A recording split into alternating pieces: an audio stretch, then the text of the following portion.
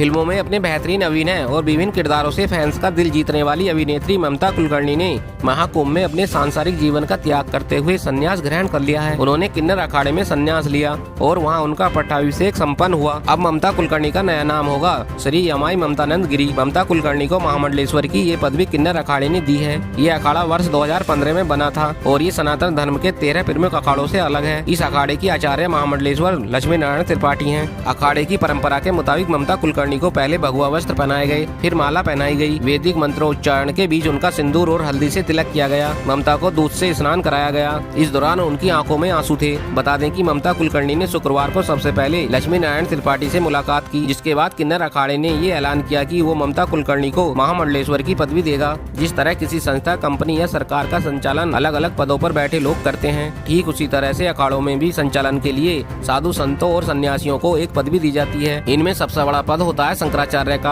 और दूसरा बड़ा पद होता है महामंडलेश्वर का। महामंडलेश्वर बनने के लिए सबसे पहले व्यक्ति को सोम का पिंडदान करना होता है और उसके बाद उनका पट्टाभिषेक किया जाता है। महामंडलेश्वर बनने के लिए ममता कुलकर्णी ने संगम की त्रिवेणी में पवित्र स्नान किया और इसके बाद अपना पिंडदान करके उन्होंने अपनी ममता कुलकर्णी की पहचान को हमेशा के लिए छोड़ दिया। अब वो ममता कुलकर्णी नहीं बल्कि श्री यमाई ममतानंद गिरी कहलाएंगी और उन्हें किन्नर अखाड़े की महामंडलेश्वर माना जाएगा। बहुत सारे लोग कह रहे हैं कि ममता कुलकर्णी अचानक से महामंडलेश्वर कैसे बन गयी, क्योंकि महामंडलेश्वर बनने के लिए पहले दीक्षा लेनी पड़ती है और एक लंबी अवधि में तपस्या करके सांसारिक जीवन के प्रवृत्ति मार्ग को छोड़ना पड़ता है। अखाड़ों का नियम है कि जो व्यक्ति महामंडलेश्वर बनता है उसे सन्यासी होना चाहिए। उसमें सांसारिक मोह माया के लिए त्याग की भावना होनी चाहिए, पारिवारिक संबंधों से दूर होना चाहिए और वेद पुराणों का ज्ञान होना चाहिए। लेकिन अगर आप ममता कुलकर्णी के जीवन को देखेंगे तो आपको ये पता चलेगा कि कुछ समय पहले तक उनका जीवन विवादों से भरा हुआ था। आरोप लगता है कि वर्ष 2013 में ममता कुलकर्णी ने हिंदी फिल्म इंडस्ट्री को छोड़कर ड्रग माफिया विक्की गोस्वामी से दुबई में शादी कर ली थी और ये वही ड्रग माफिया है जिसे दुबई में ड्रग्स तस्करी के लिए 12 वर्षों की जेल हुई थी। हालांकि ममता कुलकर्णी इन आरोपों को गलत बताती हैं, लेकिन सच्चाई ये है कि वर्ष 2016 में मुंबई पुलिस ने ड्रग्स तस्करी के एक मामले में उनके खिलाफ अरेस्ट वारंट जारी किया था और ये बताया था कि उसने मुंबई से 80 लाख रुपए की ड्रग्स बरामद की थी, जिसका संबंध एक ऐसी कंपनी से था जिसकी डायरेक्टर ममता कुलकर्णी थी।